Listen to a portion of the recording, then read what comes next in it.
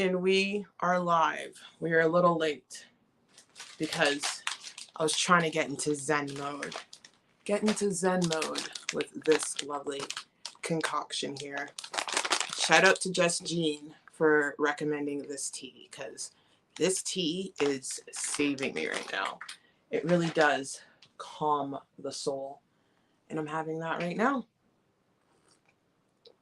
And I'm feeling very zen, very calm for now. We need the little spice and fire in this live stream, because this live stream deserves a little spice and fire. And I'm also consuming some sodium, potassium, and baking soda. It's funny. I just get fuel off of criticism. I just get fuel off of it. Because I'll never, ever forget that comment I got from that girl back in September. I have no idea who she was or what have you. Saying that, well, maybe if you didn't share your problems, your channel would grow. Back then, I was 229 pounds, and I shared my journey to inspire people to go through their hard. And I've lost 60 pounds since then. I've made monumental milestones on this journey. I've been on this weight loss journey for a good 4 years, and I've kept the weight off. What people don't understand is that weight loss is about understanding where you're at, and that the scale isn't the be all and the end all, which is exactly what I posted on my community post this morning. So this live stream is called, apparently I'm making weight loss complicated by promoting OMAD, ADF, and dry fasting. I've always said this from day one. I count my calories no matter what I am doing.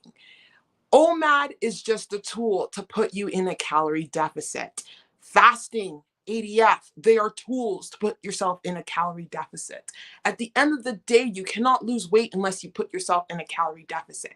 You can put yourself in the calorie deficit the traditional way, eating 3 meals a day and, having a high protein diet, because protein has lower calories than fat, and doing it that way. You can do it that way.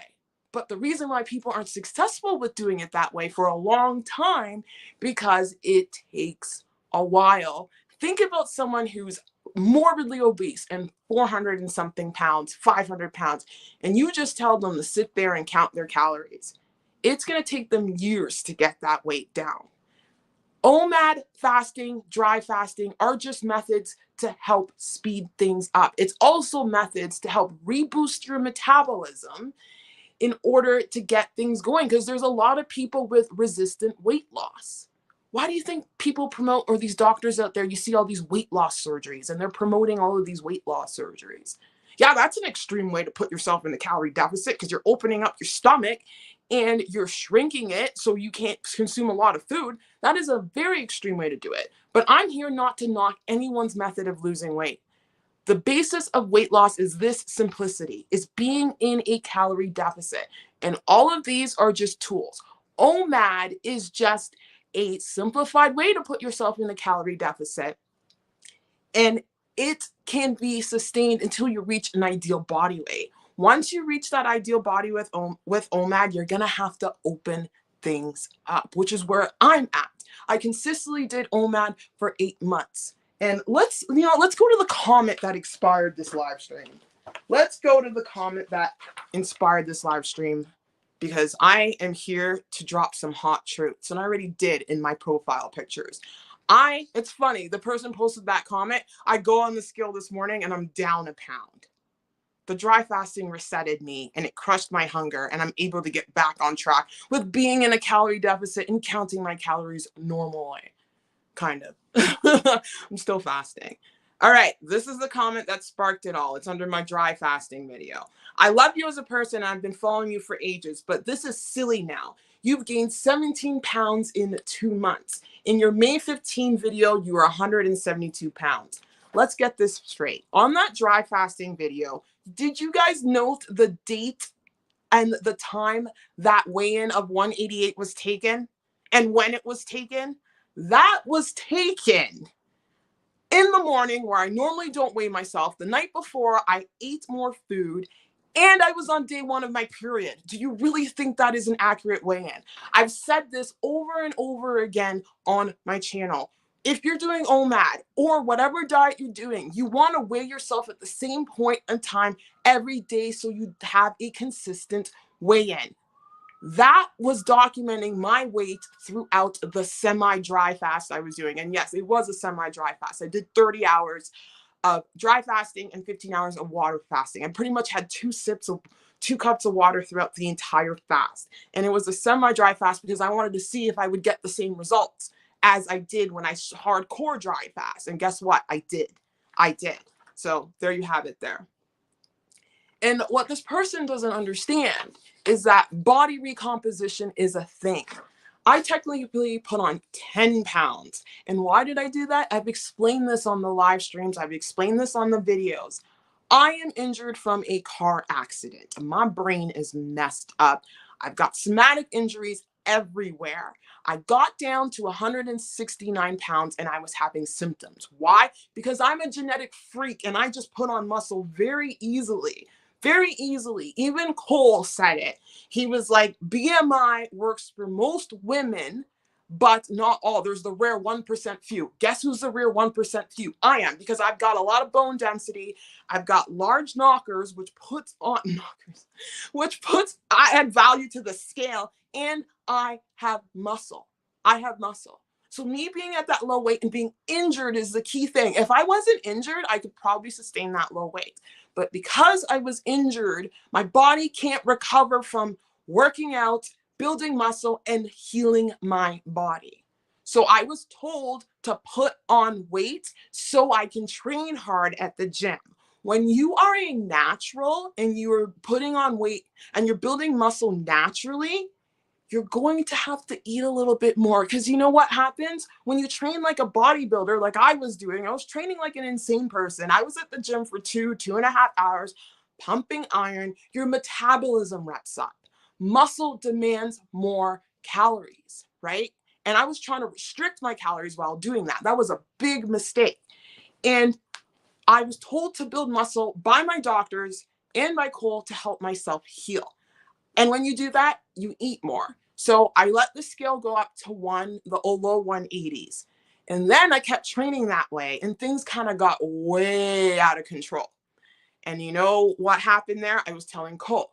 And then Cole and I had a long conversation and he told me, you need to either change the way you're training or train the way you are and stay at the weight you were at. And I was like, no, I want to lose the weight. He even told me that I don't even need to build muscle. He's like, you have enough muscle on you. In fact, it would benefit you to lose muscle so weight loss can be easier. He said that. So coming from Cole, that is like a lot, because like the guy has been obsessed with fitness since he was 10 years old. He's been working out since he was 10. He's been training people for years because he's an old man. So he even told me that. So what he came up with me was his 1 set training routine where I would train 1 set really hard and that's it.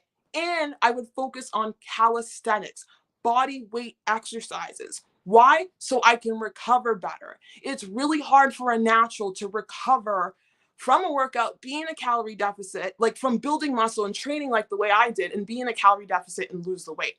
Heck, even Louise's journey, I've been watching her a lot lately. She even says she puts on body weight when she puts on muscle because she's natural and she has to. You see the bodybuilders out there who's training away, they're on PEDs. So PEDs allow them to recover better. But when you're natural, you're going to have to put on some body weight so you can have enough calories and enough fuel for your body to rebuild the muscles that you're breaking down, and you go from there. That's why I know Greg Doucette doesn't promote the bulking cycles, but you can do a light 10 to 15 pound increase as long as you're training. And you guys, the scale isn't the be all and end all. Look at the pictures. I am still a size medium. I'm not a size large. The first time I hit 182 pounds or 180 pounds, I did not look like this. I posted it in my community post. Go check that out. Body recomposition is a thing. So now that I'm changing up my training, with calisthenics. It's easier for me to lose weight now. And the dry fast helped that a lot, or the prolonged fasting helped that a lot, because I was getting really hungry. So what the dry fast did, it completely resetted my metabolism, and it also corrected my eyesight. Another reason why I was dry fasting was it was there to help benefit my healing from the concussion. When I first did a dry fast back in May, I literally was able to get away with not wearing glasses. Then I started having a bunch of concussion flare-ups. So guess what I did? I wanted to throw in the dry fast, A, to correct the vision, which I mentioned in the video, two, which I also mentioned in the video, why I was putting on weight. Two, it was also for resetting my metabolism to not make me so hungry all the time. And it worked. And now I'm able to be in a calorie deficit, and I'm a pound down from the dry fast. I've kept the weight off. I'm sitting at 181 pounds. The dry fast got me to 182 pounds. And now I can slowly chip away. At the end of the day, dry fasting, alternate day fasting, OMAD, they're all tools to keep you in a calorie deficit. Is fasting a sustainable tool to stay in a calorie deficit? No, you cannot be in a 100% calorie deficit all the time. But the best dieters are the ones who know how to use different tools to manage that weight. Whatever you need to do to keep the food down will get you weight loss results. And that can mean doing the typical, counting your calories, and eating throughout the day. You can do it that way. You can also do it through OMAD, which is just a better way, especially when you have a lot of body fat. The problem with OMAD is when you get to where I'm at, where your body settles at a good weight, it gets harder. Even Louisa's Journey said this in her video. It's easier to lose weight when you're bigger. I know you would not understand it if you're on a weight loss journey and you're just starting. You won't realize it, but someone did post a comment talking about that. I will talk about that in a second. They lost about 17 pounds. But it is easier to lose weight in the beginning. It's just easier because you got more body fat on you. When you're in the calorie deficit, it puts you in autophagy. It really does. Weight loss puts you in autophagy and your body just goes. This is the hierarchy of autophagy. Number one, dry fasting. Number two, dry fasting gets you the most autophagy out of any form of whatever method of weight loss you want to do or healing you want to do. Then it's water fasting. Then it's OMAD. And then it's losing weight and being in a calorie deficit. And then the last one is exercise. So I forgot where I was going with this, but it's easier to lose weight in the beginning. You'll drop weight in the beginning. But when you're at a body composition where I'm at, because a few people have asked me to do a DEXA scan, I think I really need to do, because you can't look at the weight with certain people, with certain women who are very bone dense and muscular. You can't look at the weight all the time. But the weight is a tool. So is my pictures in the mirror. That's a tool. That's why I'm not concerned about what has happened. Let's continue reading on the comment. Hang on. And I'll check the chat in a second. I need to take a sip of water because I'm hot right now. Because when anyone ever questions this is my baby, and I've been losing weight for years, and I am just trying to throw out tools to help people. Tools. There's no right way to lose weight. Just because you lost weight doing it the typical way doesn't mean everyone else can, because if they could, we wouldn't have an obesity epidemic. I'm hot right now. I told you guys. Anyway, she says, I love you as a person, been following you for ages, but this is silly now. You've gained 17 pounds in 2 months. Not quite, more 10. In May 15th, you were 172 pounds. She's looking at my 188 weigh-in, which is a period weigh-in. Your description box still says you're 169. In my box, I actually changed it. It said my current weight is 169. Now I switched it. Now I got to remember to change the box. Now I have lowest weight is 169. Current weight is 181. So every time I lose weight now, I got to update it because people are so nitpicky. Even though I update my weight in the videos. So there you have it. 169, even though I kind of look very similar to when I was at 169, body recomposition, hello. Even though you're now 188 somehow. Did you not watch the video? I weighed myself at 10 a.m. in the morning on day 1 of my period, and that period was hell because I'm very fertile. Despite this magic fasting regime, I am no stickler for the scale, but I have lost 53 pounds, 212 to 159 currently since February. That's great. I'm really happy that she's lost that weight, but she's been doing this since February. I've been doing this for years, and I started off at nearly 300 pounds, and I've lost over 100 pounds. It's hard, and there's a lot of people out there in my boat who need to lose over 100 pounds. So that's why I throw in these other methods. Since February, and I didn't need all this fasting, OMAD, ADF, and dry fasting bollocks. Okay, you're only a couple months into your weight loss journey. Talk to me in a couple years. Let's see where you're at, because there's a lot of people who rebound. And OMAD, ADF, and dry fasting are not bollocks. They are tools to help people who have metabolic syndrome, people who struggle. Yes, you can do it the calorie counting way, but eventually you hit a wall with it. And you have to have patience with the calorie counting way. You really, really do, because you're going to have to put your calories lower and lower and lower. OMAD is just a hack. Because it's a hack, because it squeezes your calorie into a 30-minute to 4-hour eating window, depending on what you're doing. And the fasting has powerful effects because your body gets put in fat burning mode. Fat burning mode for sure. Like, my results are evidence of it. She's acting as if I put on a whole bunch of weight and I'm now 300 pounds now. I'm still a size medium. I haven't been a size medium since high school. I'm actually smaller than what I was in high school. Anyway. And that's another thing, because I was talking to Cole, and Cole is like 5'6" and then whatever, 5'6.5", and I don't know where he's at with his weight right now, but he rose in the 170s, 180s. But he's a bigger guy. Like, for example, like throw in Jeff Cavalier. He's like 5'9" and the same weight as Cole, but he's still bigger than Jeff because he's a bigger guy in terms of bone density and muscle mass. Whereas Jeff is a bit leaner because he's taller. Like, people don't understand. This is why people get lost with the scale. And that's why pictures are everything. Everything. There are some like short guys out there, and you compare them to taller guys, you can see how big they are in comparison. They may be shorter, but they're husky, they're big, they got the strength. Anyway, please stop overcomplicating things and promoting dehydration, which can be extremely dangerous. Okay, if I was promoting dehydration, dry fasting is not dehydration. You know how you get dehydrated? Dehydration is when you lose more water than you're taking in. With dry fasting, you won't lose the water if you park your butt in your house and do nothing. That's why I said in the last live stream that if you're going to dry fast, you have to absolutely do nothing. No weight training, no workouts, no nothing. Just stay at home. Dry fasting is just a tool for your body to utilize its resources to heal itself and to reset and to drop a ton of weight, because your body's going to go for water in, I'm sweating. The body's going to go for water in inflammation. I used it for inflammation in my brain. A concussion is a bruised brain. My brain's inflamed. It's taking it from the inflammation from my knees and my other injuries, and it's healing me.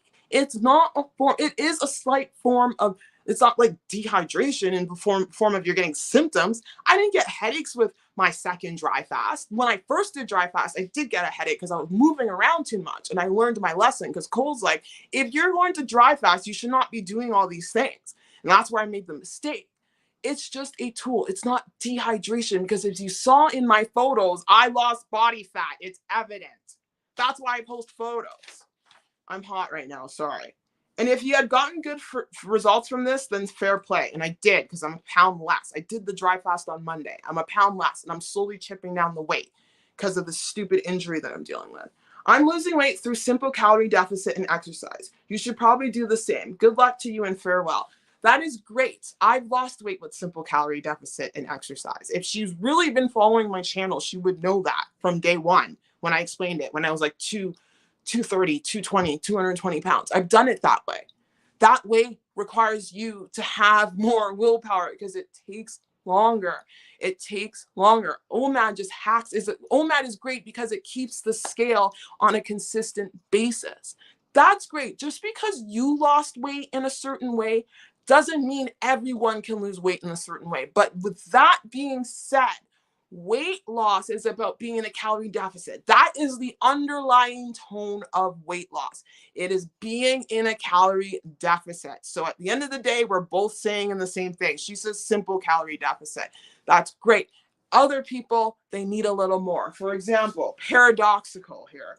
That's not the right word. But the next comment I got was from Tasha, who I've been with. I've known her for years through social media. And she said this: girl, you look so good. I just wanted to say thank you for introducing me to the concept of fasting. I've started my weight loss journey again June 1st, and I'm already down 17 pounds by including a couple days of fasting. All she did was include a couple days of fasting, which is just 100% calorie deficit. Just a couple days. And that probably reset her system. She didn't need to be hungry. And then she was able to stay in that calorie deficit. That is amazing. She's like, I'm blown away. And I love you so much for showing me the path to results that I can sustain. I've been trying to lose weight for 10 years with no success. You're my hero. Shout out to you, girl. You're doing so well, Tasha. And there is the paradoxical of life. There you have it. In one hand, you have one person saying another thing. The other hand, you have one person saying another thing. People are different. That's why I share all these methods. Some people can stick to OMAD and find success. Some people can stick to a calorie deficit with a basic diet, low fat, carbs, and protein, and lose weight. Some people need to throw in fasting. Some people, whatever it takes to put you in a calorie deficit, you will lose weight. And that is the key. You can use one method of staying in a calorie deficit, or you can use multiple. Personally, I like the multiple methods. I will use OMAD. I will use dry fasting. I use dry fasting mainly for healing. Let me just point that out. I use dry fasting for healing and to reset the mind. The purpose of that fast was to just reset myself because I was all over the place with my hunger and whatnot. Fasting for healing, weight loss happens in the kitchen. It's learning how to eat less throughout the day. And with OMAD, once you get to that ideal body weight, I have to do a video on this because I'm at this point. You have to open up your eating window because it's going to get harder and harder to stick to OMAD. Again, I'm not a diet zealot. I've said this several times. I believe in metabolic flexibility. It's all about the scale. When it comes, not all about the scale, but it's all about the scale. Scale's number one. Number two, it's the combination. Let me just reframe myself here. It's the combination of using the scale, taking pictures to understand your body recomposition and inches and your clothing size. Like I stated, 100 in the 180s in both of those photos. I'm a size medium in one, and I'm a large, extra large in another. At the end of the day, you gotta look in the mirror and see where you are at. Don't put so much emphasis on the scale. Look at the overall picture, because when people fail on their weight loss journey, they look at the scale and they get defeated. And then they're forgetting how far they've come or maybe how they're different. That's why I strongly will always promote taking pictures along with weight logging. Weight logging. This is key. Weight logging right here. Here's my weight log. You see that? See that? There's my weight log. See, there's on July 9th. July 9th, there's my little 17-pound weight gain. Sure, it's called period weight and eating like a donkey the night before. And this is morning weigh-in versus evening weigh-in. But what I wanted to show you is I did the dry fast. I was on my period, scale slowly chipping down on the morning weigh-in. So this side, 185, 183, 186. Now let's look at yesterday, July 14th. I was 185 pounds, 0.8 in the morning weigh-in. The morning weigh-in doesn't count. I just do it because sometimes I may need to throw in a 2MAD because of this damn brain.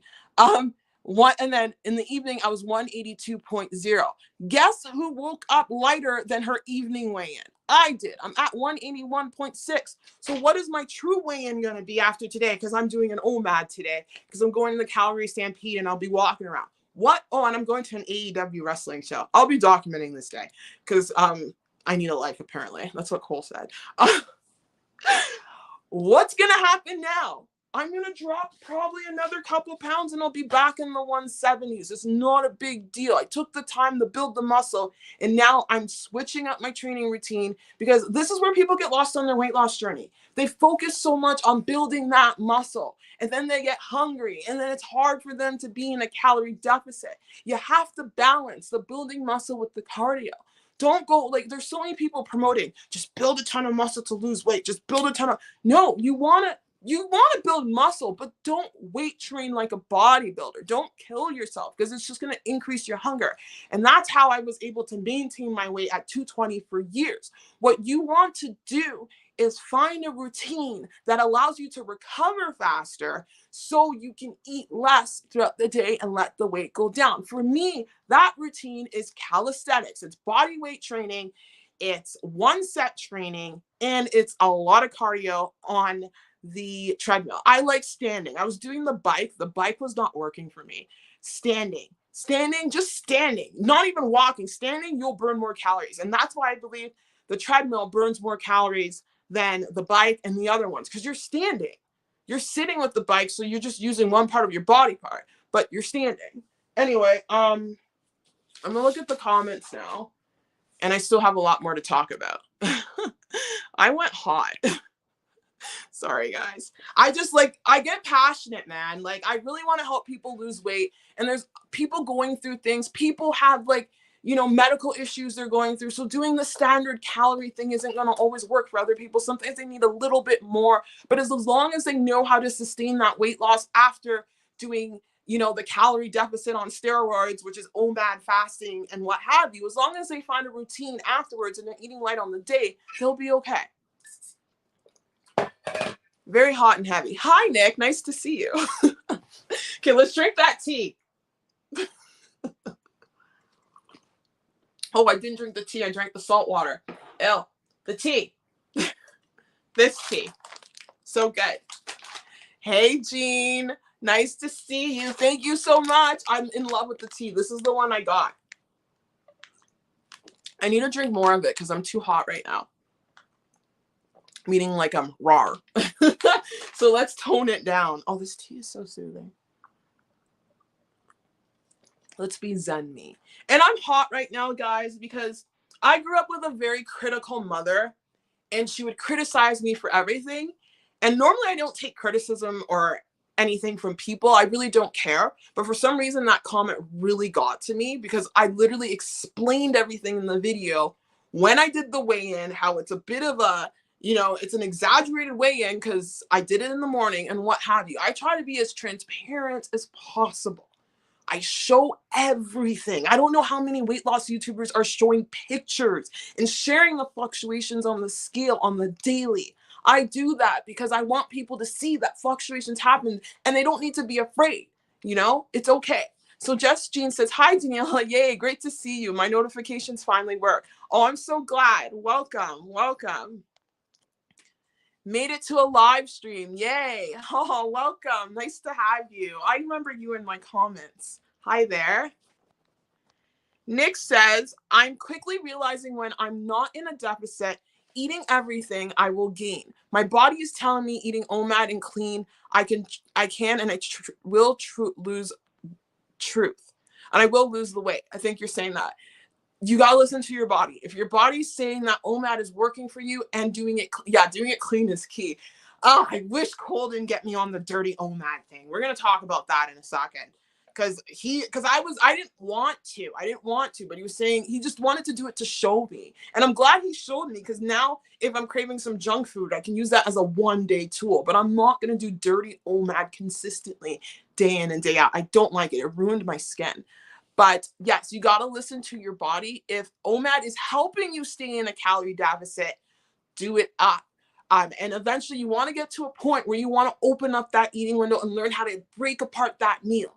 Because what I was having, let me explain my problem with OMAD. Now I'm doing, I'll tell you my routine right now, but now I'm doing the 24 or more method. Sometimes that will fall into 18, 19 hours, but mainly it's been 24 or more because the 20-1 method is great. Trust me, it is great. However, it's only sustainable until you hit your ideal body weight. And the reason why the 23-1 method that I want to have caution towards it works, especially if you're going to eat junk food, is that you are now chasing that big meal. People who are light, people who are skinny, people who have a good body or what have you, without the muscle. Let's ignore the muscle people because the muscle people can eat a lot of weight. But anyone who's light with basic muscle, they eat light throughout the day. That's what they do. Look at kids. They eat light. So they eat light snacks, 300, 400 calories at a time. So the dangers with the 23-1 OMAD is that you're constantly chasing that big meal. And then when you try to open up your eating window, what happens is you have 3 OMADs in a day. I already talked about that. That's what happened to me. I was doing 3 OMADs in a day and I was eating a lot. And I shared all this struggle. I was talking about this either on a live stream or a video. It was a live stream. I can't be doing 3 OMADs in a day. I was struggling with all of this. So what now I'm doing is I'm breaking that meal apart, and the 24 or more method has me doing it. I'm eating 300 calorie meals at a time, sometimes 2, depending on how much protein I have. I've been having a lot of Greek yogurt, but I've been noticing dairy is messing up my gut. Like, I'm bloated. When I did OMAD, I didn't have dairy at all. The milk I had was almond milk. Maybe I did have cream in my coffee. That was the only dairy. But I was not eating things like cottage cheese and yogurt. And it sucks because 0% fat Greek yogurt is so good on the calorie scale. You can eat so much of it and not eat any calories, but the dairy's just giving me a bit of bloat. So I'm breaking up those meals into small meals, and protein will be key with that, because protein, again, it's 4 calories per 1 gram. So that's why the traditional way of eating, the regular looking diet, the low fat, the only reason why you do the low fat, because fat has more calories. But this is for the regular looking diet. If you're doing OMAD and you're eating in that 23-1 intermittent fasting window, you better get in your fat so you can get in enough calories, especially if you're a woman. But you want to be able to learn how to eat light. So if you're trying to transition off of OMAD and still doing intermittent fasting, like 18 hours or more, like I know that's what intermittent fasting foodie does. She rotates. She does not consistently do 23-1 intermittent fasting. She rotates. She'll do 23-1 one day. She'll throw in a long fast another day. She always says, she's like, this is how I'm losing weight, and this is how I've been successful in losing weight. And she's just sharing her journey, and she's not advocating anything. She's just sharing, and I'm just sharing my journey too. And I'm sharing things to help people who are interested or who have found success in this unorthodox way of losing weight. So you want to break things apart. You want to break up your meals. So the 23-1 snack stacking method, that's what I'm kind of doing now. I fast for 20 hours. I break my fast with a 200 to 300 calorie meal. Wait for a couple hours, eat another 200 to 300 calorie meal. Wait for another couple hours. And maybe if I'm really hungry, I'll eat more. Maybe I'll eat a 500-600 calorie meal. It doesn't matter what I do as long as I stack to 1,200 calories on the day. Right now, that is changing though, because let me tell you what happened last night. So I've been exercising a lot in a way where I can recover. I have not been exercising like a bodybuilder. So I've been doing tons of cardio. I've got the treadmill, max incline at 15, whatever high the treadmill can go. I didn't say that properly. However high it can go. And I'm walking 2 to 3 miles for an hour. I love it because it's a great time for me to meditate. I'm burning 500 to 600 calories when I do that. And the reason why I'm doing it that way is because I can recover faster that way.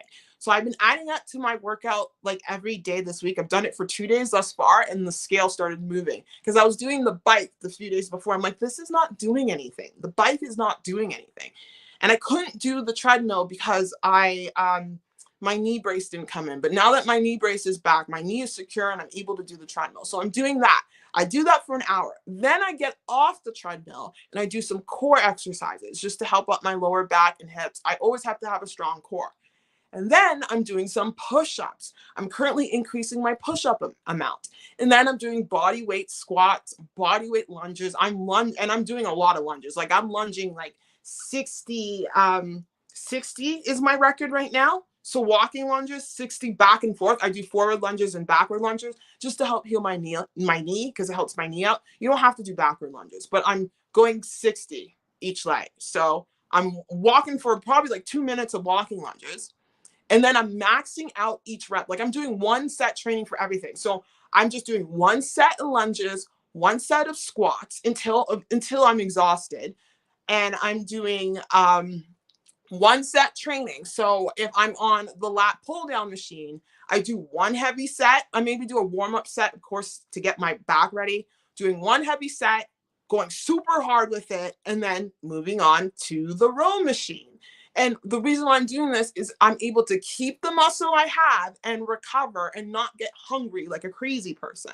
So that is my routine right now. I will explain this more in a video.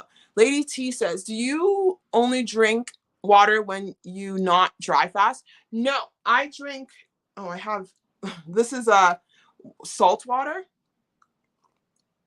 So this has sodium in the form of Himalayan pink salt, potassium in the form of salt-free. I keep saying no salt, but no salt's the same thing, and some baking powder.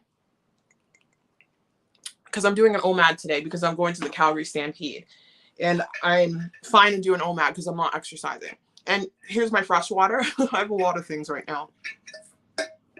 And I'm having this tea, which technically does have calories in it. But at the end of the day, it has 3 calories in it in a tea bag, and I've got 2, so there's 6 calories in here. But at the end of the day, my focus right now isn't doing strict, pure fasting. My focus right now is eating less on the day. So that's all I'm doing. So yes, you have to drink the sodium and potassium because when you drop weight on OMAD or any diet, really, if you are dropping weight in a calorie deficit, like the normal way, eating 3 meals a day, and you're eating at a high calorie deficit, you still want to get in the salt because when you drop weight, you drop water. When you drop water, you drop electrolytes. It just helps your cells do what it needs to do to take care of you. So yes, no, I drink water. When I don't do regular fasting, I drink water, I drink salt water, and I drink 0-calorie teas if I'm doing a real fast. But I'm having my yerba mate tea because I need it. Still I rise. Hey, nice to see you. Welcome to the live stream. Sorry that I'm a little late on the comment. I've been on my lost journey since 2017, going up and down. I started at, yes, you're like me, girl. I started at 295 pounds, and you're 5'9". You're tall too. Yeah, that is actually probably the exact same thing as me because I'm 5'7 3/4, and I started at 282 pounds. So I would say we are very similar stats, depending on bone density and everything. But yeah, I hit a new low at 187 and I'm trying to get to 170. Good for you, girl. Way to go. You're in the exact same position I'm in. If OMAD's working for you, keep at it, but you might have struggles with OMAD depending on how much muscle you put on during your weight loss journey. But it's all about finding a method to help you eat light on the day. Like if OMAD's not working for you, you can open up your eating window and maybe eat at noon and have like small snacks just to keep you in that calorie deficit. You can do it that way. You can have 2 meals a day, as long as you're staying in a calorie deficit. Just find a method that works for you. There's multiple methods out there, and I try to promote them all on my channel because at the end of the day, the bottom line with weight loss is being in a calorie deficit. And what will help you, Lady T, right now is cardio. Lots of cardio. Cardio will help you. Low steady state cardio. Try the treadmill thing and see if it works. If you can stick on there, maybe not go off with an hour, depending on your conditioning. Maybe start with like 30 minutes, but walking is going to be your best friend. Walking is it's one of the great weight loss tools. I don't know why it's neglected. Walking is amazing. Go out there and walk for hours. Everyone will lose weight because the standing makes you burn calories. Nick says, if you are a chronic in a diet mode, it's so hard to gain muscle. Exactly. Thank you. It is. And that's why I had to get off the diet and kind of just eat whatever and gain 17 pounds when it was really 10 pounds.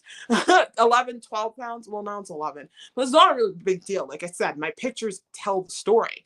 But no, you can't gain muscle in that much of a calorie deficit. It's hard. It's hard. You get hungry again, unless you're on, you're on the roids, like again, Greg Doucette would always promote, like, you don't have to bulk and cut. For people on roids, they don't have to, because when they're on roids or when they're on performance enhancing drugs, they're cheating. And I shouldn't say cheating. Well, they technically are. I don't want to say that because there's a lot of people I admire who use them in the bodybuilding world, and I get it. Like if you're an IFBB pro, you got to use it. But they're kind of enhancing their system where they can get away with working out like a champ and recover quickly. But when you're a natural, that's really hard to do. So you're gonna have to put on some body fat. Like Louisa's Journey, who's a natural, does that. I'm trying to follow more natural bodybuilders and natural people So I understand more because I'm learning a lot. Like Cole's also a natural, and Cole was explaining this to me too. Because he's like, I see the problem. You're weight training too hard, and then you're trying to be in this calorie deficit, and you're trying to do OMAD, and then your body just wants more food, and then you're ending up binging. So what you need to do is kind of change your training method, or you have to quit losing weight and just train. Eventually, once I'm at a happy weight or at a weight that I want to be, oh, I can't wait to get to the point where I'm going to be maintaining my weight. Oh my gosh, that's going to be so fun because I'm going to train like a crazy person and I can eat all the foods without even stressing. But I want to lose weight right now, so I have to sacrifice a bit at the gym in terms of weight training. I'm just doing things a bit smarter with the body weight training because the body weight training allows you to recover better on the day. Oh, sorry for that. Hello to everyone. Oh, don't be sorry. Everything's okay. Hi, Fatima. Welcome. Welcome to the live stream. Fatima says, hello, Daniela. So happy I finally caught you live. I'm so glad you're here. Says fasting is the best tool for, yes. Oh, that's another thing I want to address. Ooh, thanks, girl. Fasting is the best tool for binge eaters. It's helped me so much, not just with weight loss, but also with energy healing and so many mental benefits. Yeah, let's get into that. Where's my tea? Hang on. Let's get into that. Your girl over here started OMAD because I was binge eating day in and day out after my car accident, because I went on some antidepressants to help with my concussion symptoms and with the healing, which I think is a horrible method because I know someone who's on the same boat as I am. They got into a car accident, hit their head, wrecked their spine really badly, 10 times worse, and they're on a bunch of antidepressants. This person was lean their entire life. It's a woman. She was very skinny, I don't know, in the 110s, 120s. She had the accident. She got on antidepressants, and the concussion just messes you up in ways that you feel like you're hungry, and it boosts up her whole system, wrecked her up, and she's now morbidly obese. It is insane. That's why I say a lot of people in my position binge eat like crazy. People don't get it. I'm not just losing weight here. I'm losing weight dealing with a bunch of somatic injuries. I'm not going to complain and whine about it. I got the weight off and I want to continue to do it. But it makes it incredibly difficult. And here's an example. Last night, I ate 1,395 calories. So I ate 1,400 calories. Did everything right. I wasn't feeling hungry at all. And I did a lot of cardio the day before. And then I went to bed and I started having concussion symptoms. So basically my blood pressure dropped. So when your blood pressure drops, what do? You want to eat. And your body like freaks out. And I was trying to go to bed and I couldn't. And I was all messed up because of my symptoms. I'm like, you know what, Daniela, you have to eat. So I got up in the middle of the night and I grabbed 2 of my son's granola bars and I dipped it in peanut butter. So that was about an extra 300 calories. And that was a total of 1,700 calories I had last night. I woke up this morning and what did my weight do? It went down because I was in a higher calorie deficit than I realized because of the exercise I did in the day. So that was great information right there. I even put it here. This is my yesterday's weigh-in. I put that there so I know probably on the day that I'm feeling extra hungry, I got to cap it at 1,700. Today, I will probably cap it at between 12 and 1,300 because I'm not exercising for that reason. So let's go back to that. Anyway, I just wanted to explain that quickly. But let's go back to binge eating. Oh my goodness. I started OMAD because I thought it was a great tool to help me with binge eating because I was desperate. I was eating all day. I couldn't stop eating day in, day out, dealing with my emotions, feeling sorry for myself, pissed off that I couldn't work, pissed off that I'm all injured. And I started OMAD because I attempted to do an extended fast and I couldn't because I was watching Cole's video. And I was like, you know what, let's just do this OMAD thing. And it makes sense because OMAD shrinks your eating window. So there's no time to binge eat. Again, it's a tool to help people. It's not anything extreme. Yes, some people didn't have to lose OMAD to lose 50 pounds. That's great. but some people may need it because they're going through certain things. They're going through things where they need more of a stronger tool, and it works for them. So someone left a comment on one of my what do you call it, YouTube shorts, and they're like, did you binge eat after OMAD? And I was like, I was binge eating before OMAD, and OMAD helped keep my binge eating at bay. And it truly did, because it forces you to fast throughout the day, and the fasting helps reset your body on multiple levels, helps reset your metabolism, bring those blood sugar low. Because when the blood sugar's up, that's when you get those hunger cues. You get really hungry. Or if you exercise like a crazy person like I did with the weight training, it increases the hunger cues. So like OMAD puts your blood sugar at a low point, so then you're not super hungry. There's someone who talks about this, Glucose Goddess. I still haven't watched her content, but there's a whole thing on blood sugars and weight loss and all of that. I know it is a calorie game at the end of the day, but you want to stop those hormones that increase hunger. That's why keto OMAD is a great hack, or just regular keto. 80-20 keto is a great tool because, again, it keeps the blood sugar low, especially when you have a lot of fat to lose. Because when you have a lot of fat to lose, your body's just going to use the fat that's on you.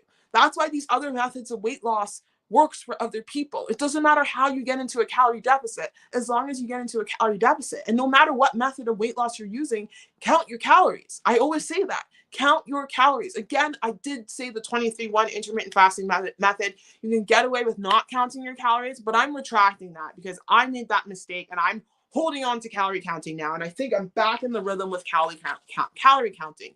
Always count your calories. Always count your calories. Just count your calories. Even if you're doing 23-1, count your calories. Because at the end of the day, calorie counting is the easiest way to learn how to portion control. Even if you're doing, especially if you're doing 24 or more OMAD. But yes, literally OMAD helped reverse my binge eating. It's amazing in that way, and it can really help people. That's why I share these different tools, because it's not a one size fits all, and that's why my channel is called Daniela Joy Weight Loss, because I'm trying to throw out as many tools as possible to help people find a tool that sticks with you and go with it. And again, I am going to talk about how to properly get off of OMAD. I really am, because I want people, once you get to an ideal body weight, or to find a method like Intermittent Fasting Foodie is a great channel to watch, because she uses OMAD sometimes and she goes in and out. At the end of the day, it's all about the scale. Whatever method you need to use to eat less on the day to keep that scale down is a win. That's what Cole told me this morning. And he's like, just think of it that way. And he's right. Just think of it that way. That's all it is. You don't have to be married to one diet. Oh, geez. Hang on. I'm just reading the comments here. Oh, wow. I'm so behind, guys. I'm so sorry. Let me focus on the comments. I'm getting to it. I usually like the comments. Healing. Yes. Okay. Jesse says, yes, you can lose inches. Plus muscle weighs more than fat. Thank you. Thank you. There you go. Thank you. You can't be obsessed with the scale all the time. You got to use other things. And yes, I have so much muscle in my legs now. That's another thing. The amount of muscle I put on my legs, because the doctors are like, grow your quads, grow your quads. I'm like, my quads are already big. So I started growing my VMO, my inner quad, and now they're already big. It's not helping my knee. So let's just get the surgery done. Hey, Life, welcome to the live stream. Thank you for being here. I appreciate you. Life says, hello, chatters. Welcome. I'm on my way into work. Have a great live. Thank you so much, Live. Thank you. Have a good day at work. Send you mad love, girl. And yes, everyone, please smash that like button. It helps me out tremendously. I appreciate you everything a lot. Me sharing my journey is going to reach someone. My journey may not speak to everybody, but it's going to speak to someone. And I'm glad I can find my people and help them out in that way. Nick says, I have been losing and gaining 5 pounds for 6 weeks. I only have 10 to lose, so my body seems happy here. Yeah, yeah, our bodies are fighting us. I'm still trying to find the balance. Good for you. Just, you know what? You're fine. You're basically maintaining. 5 to 6 pounds, I would call that a maintenance, because people think maintenance is literally like sticking to one weight. No, it's not. It's going to be a bit of a fluctuation, especially for us women with all the hormones and with everything you have going on. Yeah, your body is going to fight you, but give your body some time. Let it stick there. It's okay. Sometimes you just need to take a break, not a break, or like maintain, bounce up a lot for a few. And then eventually your body will get to a point where it feels comfortable to drop more. That's what it is. That's what weight loss is.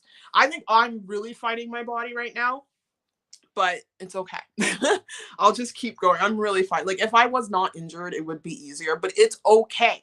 It's okay. Because Nick, I know you have cerebral palsy, and it's a struggle when you have the tight muscles, because I feel like the tight muscles hold on to a lot more, cause more inflammation and what have you. So it's gonna mess with the scale. Make sure you're taking those pictures, because that's gonna tell you a lot. Just body recomp right there.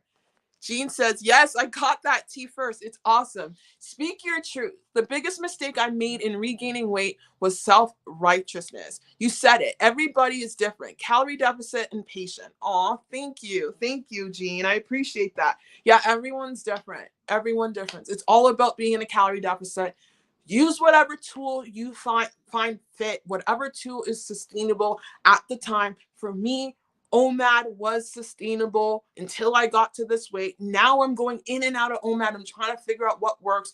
Like I just said, use whatever means necessary to keep that scale down and to eat light during the day. It's not about, like, I hate when people is like, oh, the only way to lose weight is count your calories and be in a calorie deficit.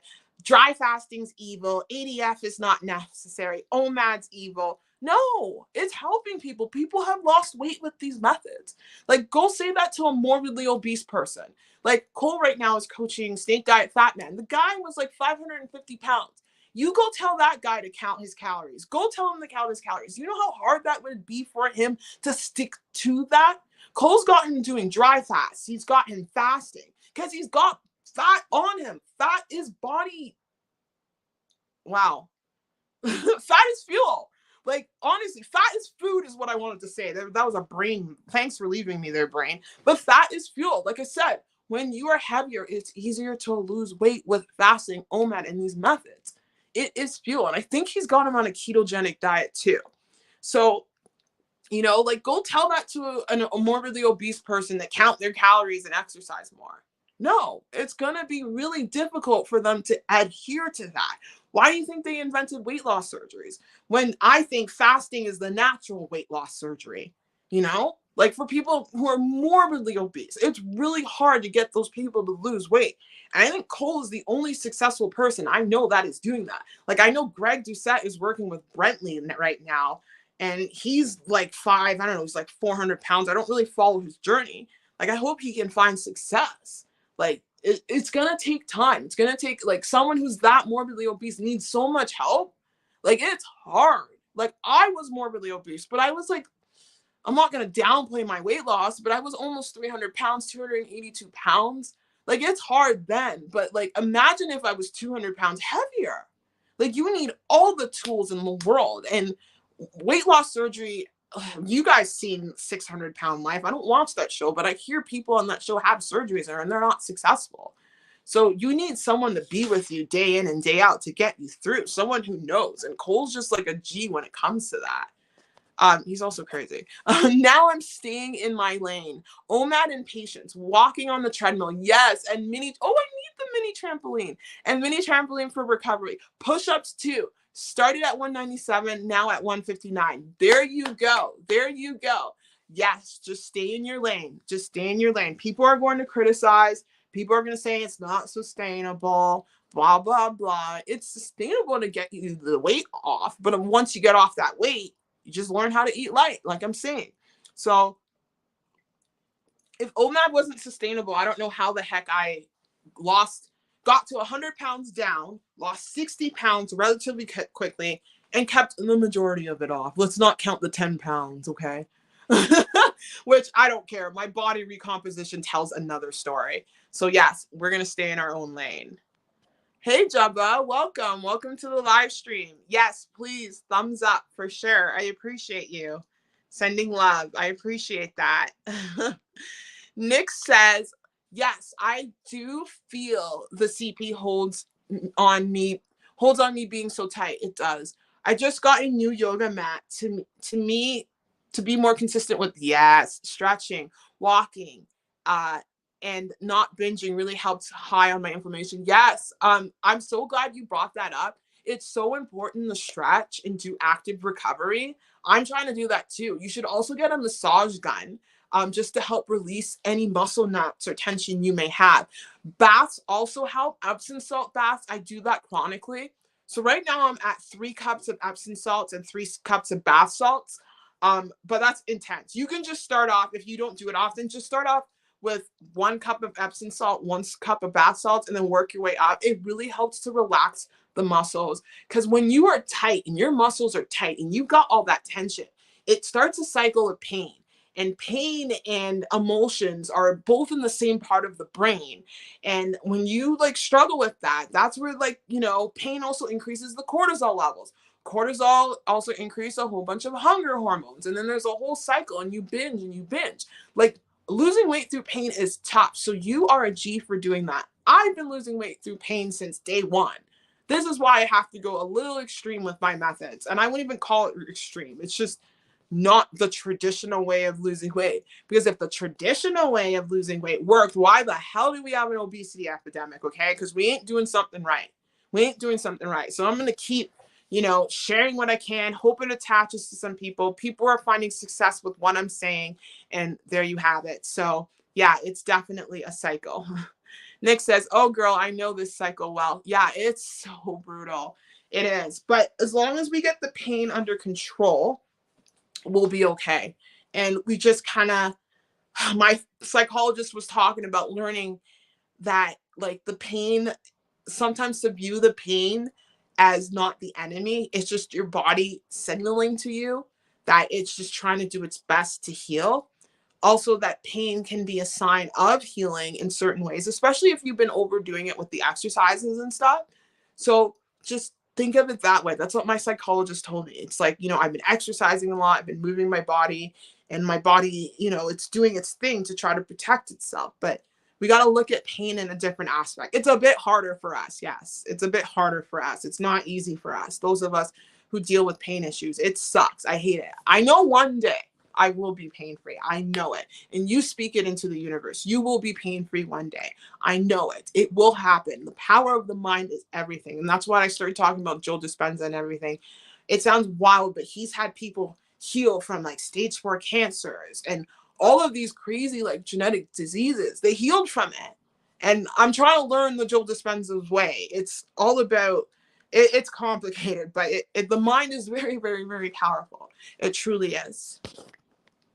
Just Jean says, looking forward to hearing about transition from OMAD to other forms you mentioned. Yes, I got to get that going. I'm going to get, maybe I'll film it after the live stream, but I am going to a wrestling show. I do have other few videos filmed on weight loss and meditation and all that. I just got to get that out. But I think I will drop that this week. I have to, because it's basically what I'm going through right now. It basically is, because it's really important to transition off. Because a lot of people transition off and end up binge eating because they're chasing that big meal. So it's a process.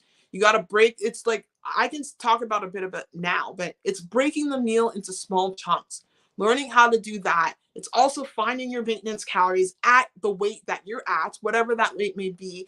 Like if you reach your goal weight and you're happy with your body, doing the weight log and finding your maintenance calories and just learning how to break apart those maintenance calories, because that's how you do it. And then the exercise, again, maintaining weight loss, exercise, keep up with the active lifestyle.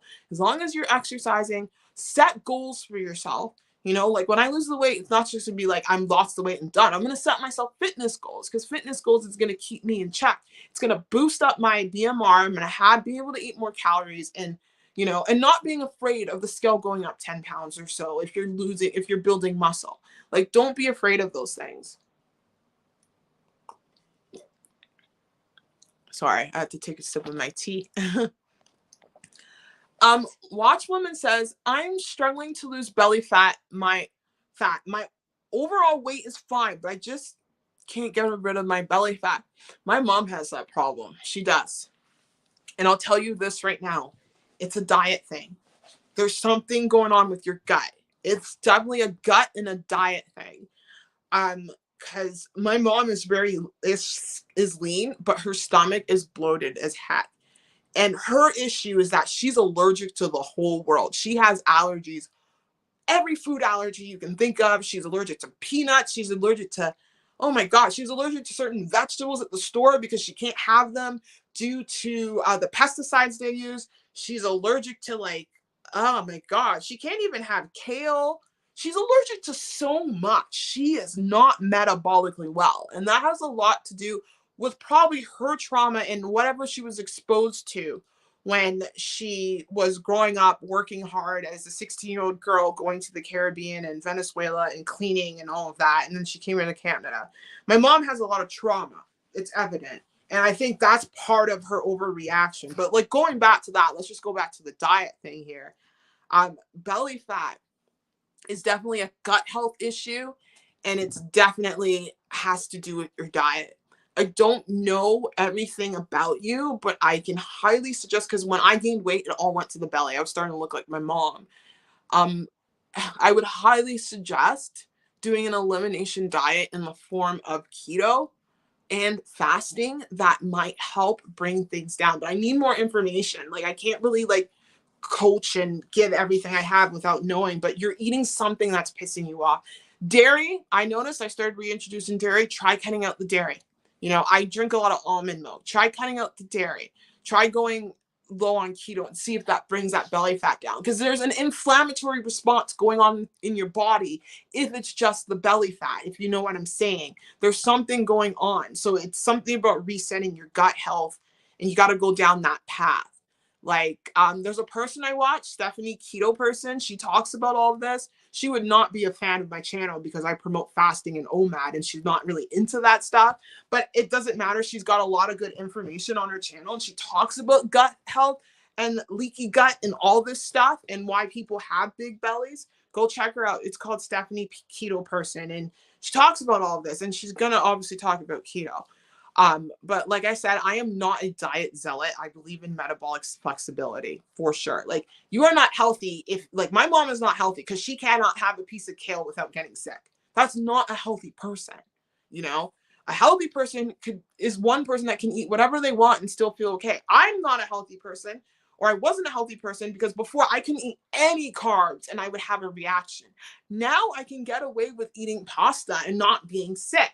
So, like, it's learning about becoming a healthy person. I'm working on the pasta thing. I can't do it all the time. And it has to be like handmade pasta from like Italy, or anyone who makes it by hand. It can't just be the box crap that, like the big box food people make. Whoever, I don't know, name a food company. And the food companies are owned by one person anyway. But like, it has to be like GMO, non-GMO, and I can handle it. Before I can even handle that. So it's all about health here. Yeah, Jean says, yes, my food weight scale arrives on Monday. Yay! Oh my gosh. And you lost this weight without the food scale? Look at you. Now, the food scale is definitely going to help things out. Oh my goodness. That's crazy. It's going to help you maintain. It's going to help you lose if you're still losing. Food scale is everything. Oh yeah, everyone needs to get a food scale. We got to talk about that too. I used to talk about this back in the day when I did classic weight loss, counting calories. To accurately track your calories, everyone, you need a food scale. You do, just to learn it. Because when you look at the boxes, they have 1 cup, and then 1 cup would be like 10 grams, or 1 cup for another piece of food would be like 80 grams. You want to weigh everything in grams. Weigh it all in grams. Even liquid stuff I weigh in grams or milliliters, which is equivalent to grams, I think. But you should not be drinking your calories anyway, unless it's like almond milk, because it's like no calories in it. Unsweetened plain almond milk has no calories anyway in it. But anyway, you don't want to be drinking your calories. But with food, you want to weigh everything, because when you weigh everything, you get more accurate with the calorie counting. That is key. That's how you keep yourself in the calorie deficit. And I do this all through all my methods. Like when I'm doing OMAD last night, I weigh all my food. It's just that I'm eating within a 30-minute eating window. I still talk about calorie deficit. Let's talk about weight loss. Like I said, this is weight loss. Being in a calorie deficit, use whatever tool you want. But yes, highly recommend get a food scale, number one. Get an app of some sort so it can help you keep track of everything and weigh everything you eat. I know it's tedious, but it gets to a point where it becomes easier. You don't have to weigh the canned food, though. This is why canned food is good, and this is what Cole talks about too. Canned food, everything's like done for you. Like a can of sardines will always be 110 grams. I mean calories, depending on, well, the big can. In sardines and water will always be 110 calories. If you get, I have a bunch of chicken breasts in a can because we were doomsday prepping. I don't know why. Like food shortage. There's that too. So canned food is a great way to start to learn how to properly portion control. Can of tuna. I know it sounds gross, but it works. There are some really good canned fish out there. I know I have this canned mackerel thing that's Mediterranean style. Oh, so good. Like canned food is a great way to learn how to portion control. But yes, just weigh your food, and that's the best way to do it. Just get a food scale. They're inexpensive. It's about $15 to $20, $25, probably less if if you're blessed with the US dollar. I need to make money in US dollars. And yeah, it's just easier that way. I don't have any food allergies. I'm based in South Africa, so our diet, oh, I just read the corn. Our diet is mainly corn, meat, and some vegetables like cabbage, beetroot, which is good, spinach, etc. I'm turning 38 next month, and I'm 68 kilograms. Okay, how tall are you? Please let me know how tall are you. When you said the corn could be the issue there because corn is very processed. You could be having an allergy to it. It could be the corn. It could be the corn, but the beetroot sounds awesome. I needed beets in my life. Like root vegetables are awesome. The cabbage, the spinach, those are all great.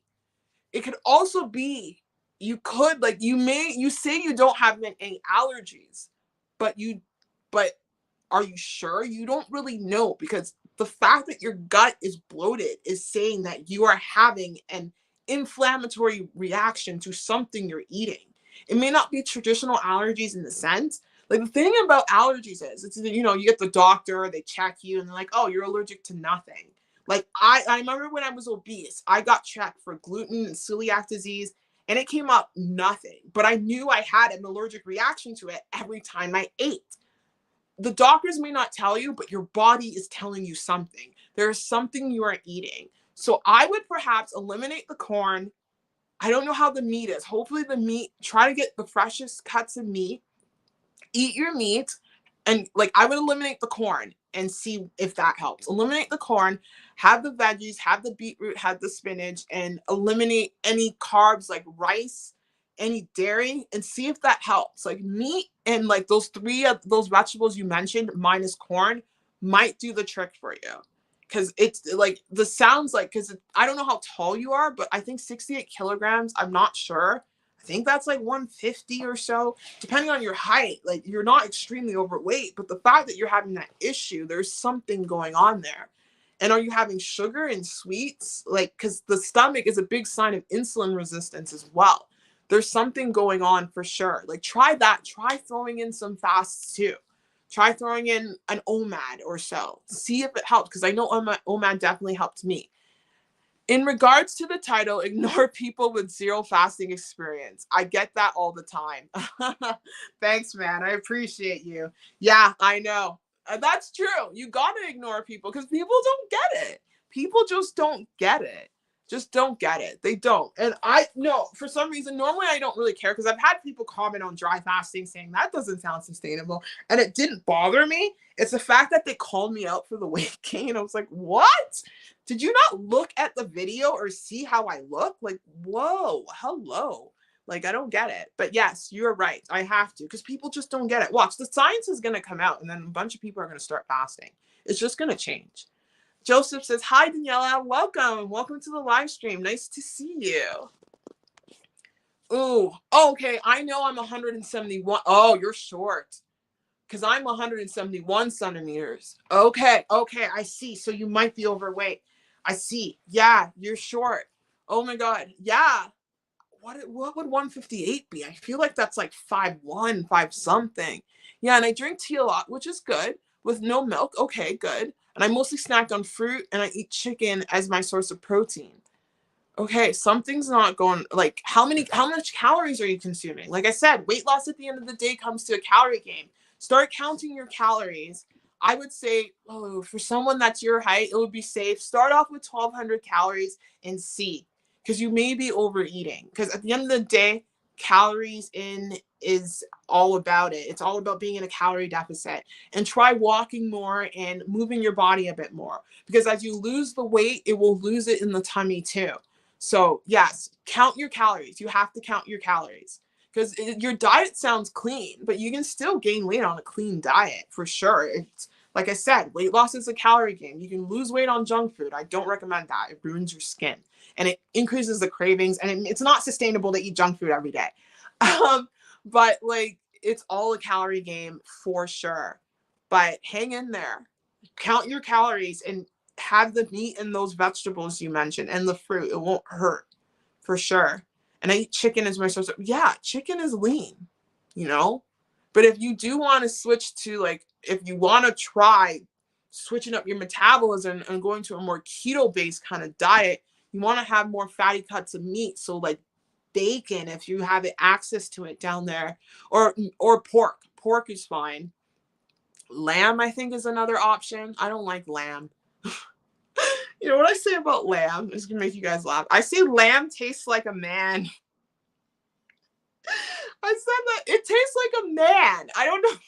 Have I eaten men? Who knows? I don't know. But it just has this very strong masculine taste to it, and I don't like it. So I'm like, lamb tastes like a man. I don't know what that. I'm a weirdo. Okay. I don't know. I have not eaten men, so I don't know how men taste. I don't know where that's going, but there you have it. Well, that's a great note to end the live stream. So if you made it this far into the live stream, make sure you smash that like button, guys, to help me out so I can get this video out and get my channel out to more people, so I can reach more people who may be struggling with weight loss, can't lose the weight, the traditional counting calories, eating 3 meals a day of high protein, moderate fat and like carbs, you know, the traditional way. So I can reach people who have not found the power of fasting, because these are all tools to definitely help people stay in a calorie deficit, keep the weight off, and boost their metabolism and boost healing. Anyway, I'm sending you guys mad love. Take care. Bye. Lamb is gamey. Yes, it tastes like a man. Bye, Jean. Bye, everyone.